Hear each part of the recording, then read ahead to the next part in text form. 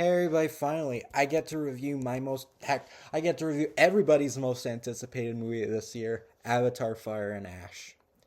So the plot of this movie is after the events of The Way of Water, after Natium was killed trying to save Spider, they've been experiencing a lot of grief and they've really had a lot of thoughts about their family, similar to how in the first movie, how they kept trying to protect the family and they try to reinforce their whole family dynamic. And on Pandora, they encounter an aggressive tribe called the Ash People, led by a Na'vi named Varang, and the and the Fire Tribe, the Ash People try to engage war on across all the humans and all the other Na'vi. And meanwhile, Quaritch actually returns and he tries to get Spider to join him and stop the Na'vi and take over Pandora. So the movie, a lot of it actually does focus on Spider and his relationship with the Na'vi and trying to connect as a Na'vi and also find his place and also rediscover that he's a human because Quaritch is like, you're a human, you don't want to be with these people. So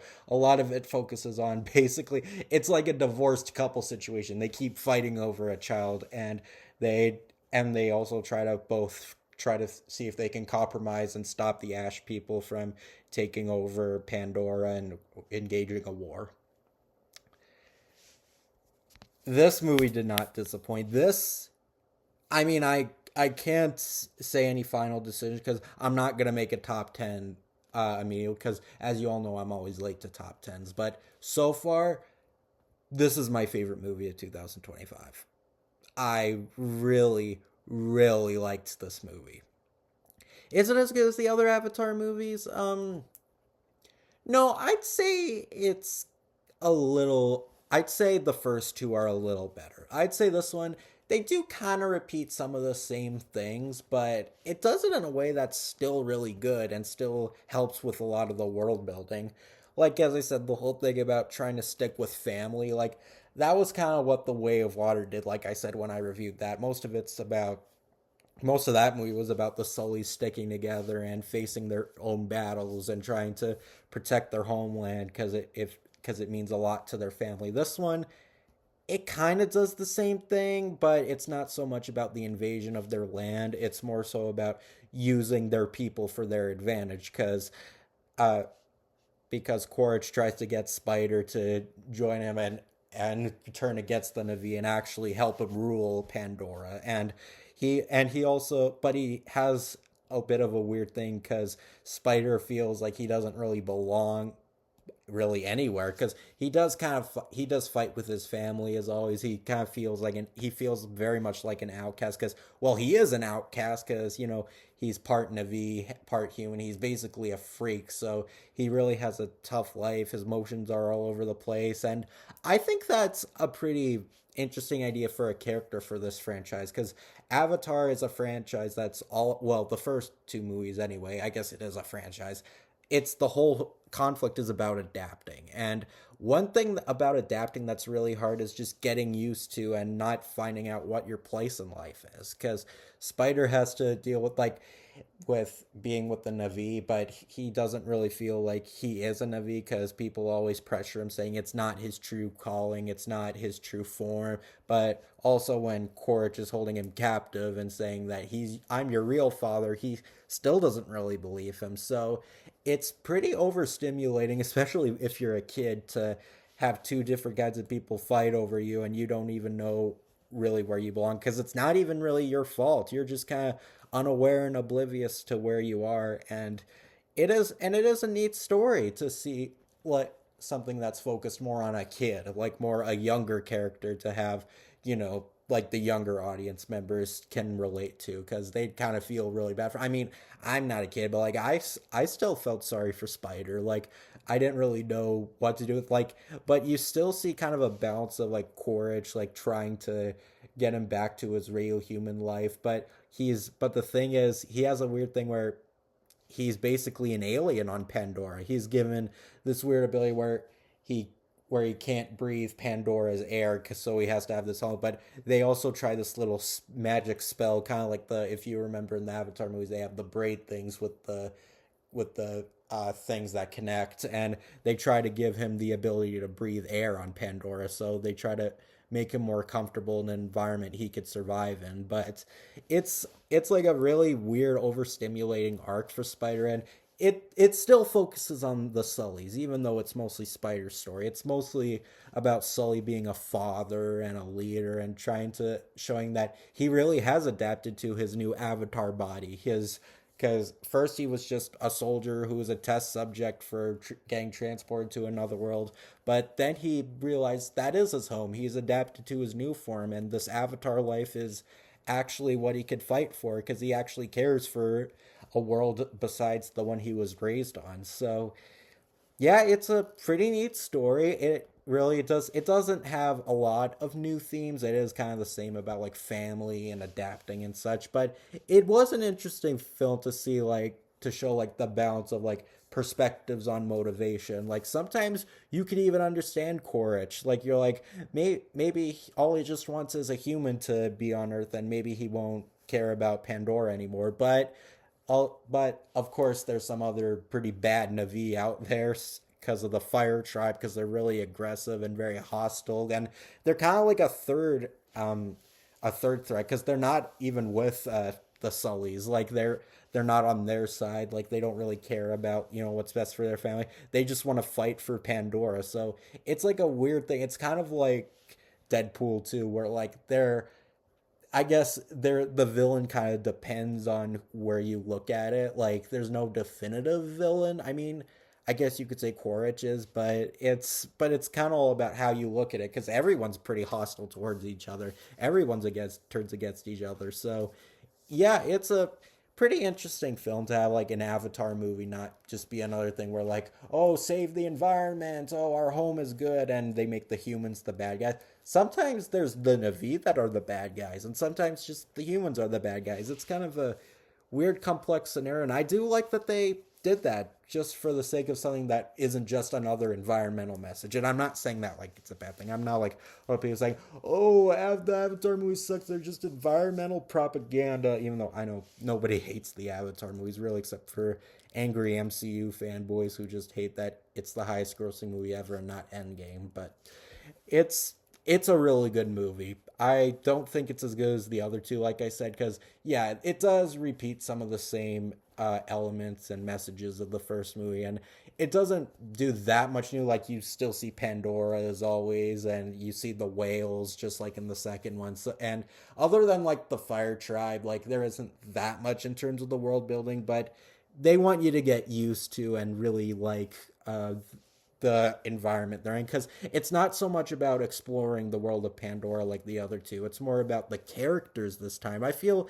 this one is a bit more character driven than the other two. Like, I mean, the second one is what was as well because of the whole family dynamic, but this one I think amps it up a notch by having some really good character arcs, a really good story, and a lot of conflicts that really are might seem jumbled at first, but actually pull off really well. So yeah, Avatar: Fire and Ash. I'm really glad I saw it. It was a great movie. It's my favorite movie of the year. Like I don't think any like there's still some ones I gotta see. Like I mean, SpongeBob looks really good, but I don't think it'll top this because this was a whole nother experience. It was a really good film. Had some it wasn't just a visual spectacle with some really good family drama. It also had some very good action. Probably the the scale of the action was probably the biggest out of all the Avatar movies so far. Because especially the third act, not gonna say a thing. And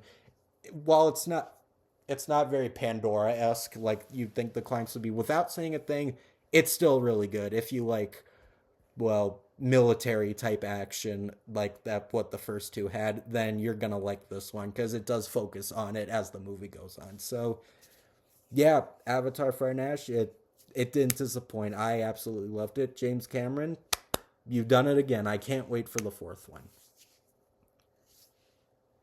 All right, the trailers I got before the movie. I got Digger. I don't really know what this is about. I mean, I've seen the poster, but the trailer kind of showed nothing.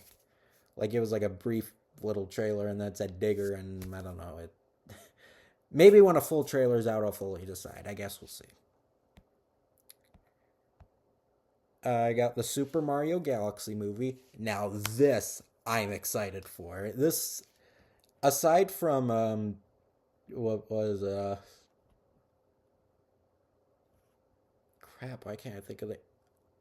Oh yeah, aside from Dune Part 3, I'd say this is my most anticipated movie next year. Like I loved the first Mario movie. It honestly got me into the games a little more. I thought it was very good. It's the Mario movie we all wanted. And this one is Super Mario Galaxy focused. I would have assumed it was going to be Super Mario World focused given Yoshi was teased at the end of the first movie. But I like this more because it's way different. Because Mario World would have been cool, but we kind of saw the world like of Mushroom Kingdom and such in the first movie. So I like the space exploration aspect of this. So I think this is going to be really fun.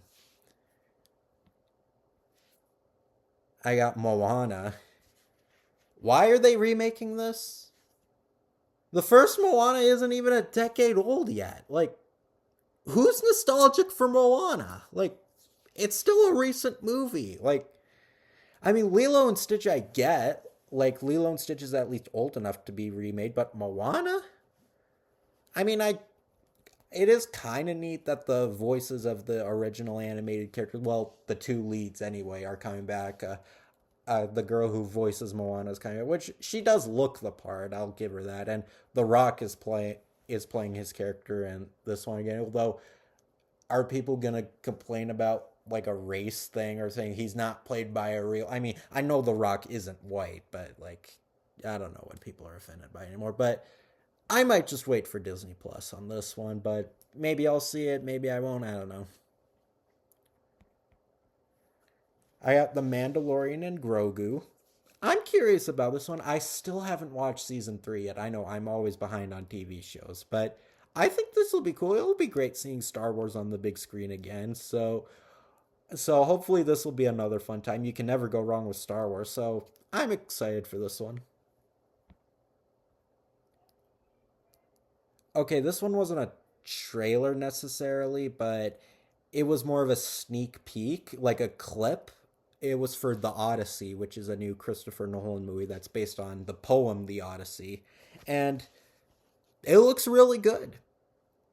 It looks very good. It didn't focus on like all of the cast. It was mostly just one clip of the movie, like one scene. Because I think no, IMAX doesn't always do this. I think the only time I ever experienced this when I saw Age of Ultron in IMAX and they played like a 10-minute clip of Tomorrowland. But I know IMAX sometimes has like sneak previews of movies before movies instead of trailers, but I think the Odyssey looks fantastic. It looks really good. I'm sure it'll have some really good cinematography. The cinematography does look incredible and all the Greek stuff. It looks like a very good historical film, and it's got a fantastic cast. I mean, Matt Damon, Anne Hathaway, Tom Holland, Zendaya. It's full of so many good actors. So yeah, I'm excited for the Odyssey. I think this will be quite good, and it's coming out a day before my birthday, so that's a thought. So yeah, I'm excited for the Odyssey. And I got Avengers Doomsday, which apparently every showing of Fire and Ash has a different Doomsday trailer before the movie, which is interesting. This one I got was focused on Thor, and apparently it didn't really show much. It just showed Thor, and he had a son, which I don't know. Did that happen in the Thor: Love and Thunder? Because I skipped that movie, so I don't know what happened in it. But does he have a son in that one? I don't know. But and will I see Doomsday? Honestly, I don't know. Like I'm gonna be flat out honest. I don't really care for any of the Avengers movies except the first one. Like the first one was pretty good. I don't think it's a fantastic masterpiece. I mean, no comic book movie is a masterpiece. I don't think it's so revolutionary like people say. I just think the first Avengers like it's good. Nothing more, nothing less. Age of Ultron was a big disappointment. It really doesn't hold up. I don't think Infinity War and Endgame suck, but I don't think they're really good either. They're kind of one of those movies because like that's kind of like a lot of movies for me where like I don't think they suck, but I don't think they're good either. They're just kind of whatever because Yeah, I don't really care for any of the Avengers movies, so I'm not particularly excited for this. I mean, I'll probably see it anyway because I saw all the Avengers movies in theaters, so maybe I shouldn't break the streak. And all the X-Men actors are coming back from the Fox X-Men movies, and why do I get the feeling this could be another No Way Home situation where it's a movie just carried by nostalgia, and the best thing about it is that it reminds you of better movies. I mean, No Way Home, No Way Home didn't suck, but let's be honest, if it didn't have all the crossovers, take out all the crossover stuff, it's not that good of a movie. So yeah, I don't know if we'll see Doomsday, but who knows? Maybe it'll actually be really good. I mean, I don't think it'll top Deadpool and Wolverine or Fantastic Four, but I don't know. Maybe it could be okay, but so far, I might just wait for more trailers to see if this will be one to check out. I mean, I'll probably end up seeing it anyway, but I don't know. So yeah, Avatar Fire and Ash, fantastic movie. I don't think it's gonna sweep award season, but I'm sure it'll get nominated for a lot of Oscars. I think definitely Best Picture, Best effects and such because the first two did, but it was a very good movie. If you love the Avatar movies, this is a must watch, and if see it in IMAX if you can because it's a really good experience in IMAX. It like I said, you don't need to see it in 3D because the 3D was okay. It's better than most 3D I've seen, but it wasn't as good as Way of Water's 3D. So there's no need to see it in 3D, but if you can see it on a really big screen, it's worth it. So yeah, that's my review of Fire and Ash. So and by the way, I hope you all had a great Christmas. I did. So if I don't make any videos for the rest of the year, well, let me say Happy New Year, I guess. So take care.